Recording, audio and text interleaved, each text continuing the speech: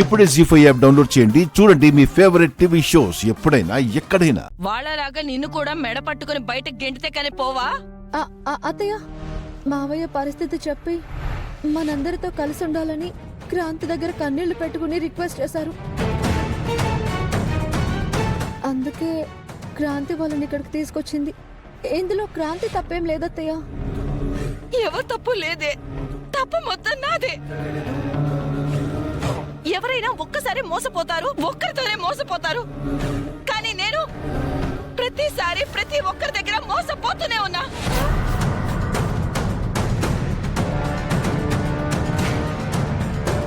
భర్తగా ఆయన మోసం చేశాడు, కోడలిగా ఇది మోసం చేసింది, మేన కోడలిగా నువ్వు మోసం చేశావు.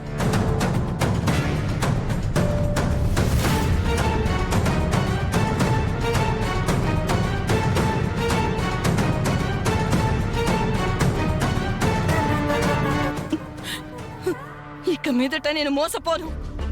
అత్తయ్య,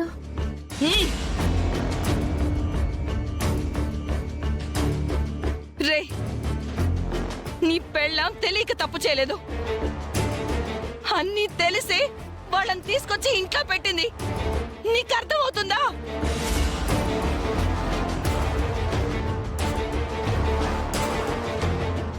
నా సౌతిని తెచ్చి నా ఇంట్లో పెట్టింది. నా కళ్ళు కప్పాలని చూసింది. ఇది నీ భార్యగా, నా కోడలిగా ఈ ఇంట్లో ఉండటం నాకు ఇష్టం లేదు. నువ్వేమంటావు?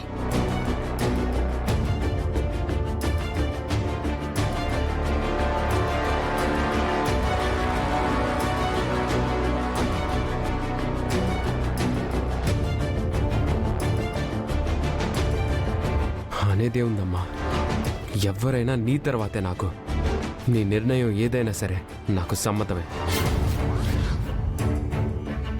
బాబా, అత్తయ్య క్రాంతిని బయటకు వెళ్ళిపోమంటుంది. నీకు ఓకేనా? అత్తయ్య అనే అభిమానం నీకు లేకుండా పోయింది. అదే ఉండుంటే నువ్వు దీంతో చేతులు కలిపి ఉండేదానివి కాదు. కానీ అమ్మ అనే మమకారం, ప్రేమ నాకున్నాయి.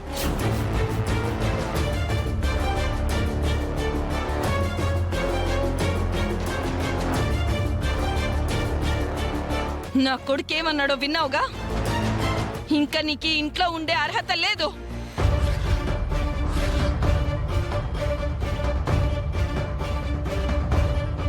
అది ఇక్కడే ఈ ఇంట్లోనే ఉండాలని నువ్వనుకుంటే పూజ, మీరిద్దరు ఇక్కడే ఉండండి, మేమందరం వెళ్ళిపోతాం. అత్తయ్య,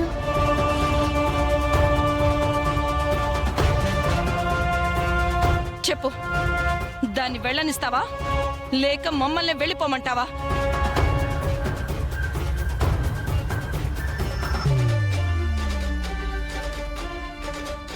గతంలో నువ్వు ఒక మాట చెప్పావే, మీకు నచ్చే కోడలిగా మారకపోతే మీ అబ్బాయికి విడాకులు ఇస్తాను అని. కానీ ఏమైంది? నువ్వు అప్పటికి ఇప్పటికీ ఎప్పటికీ నాకు నచ్చట్లేదు.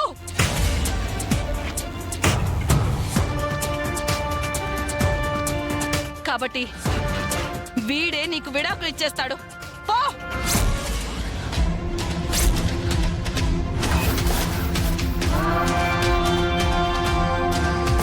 జీ5 యాప్ డౌన్లోడ్ చేసి అన్ని ఎపిసోడ్స్ పూర్తి ఉచితంగా చూడండి.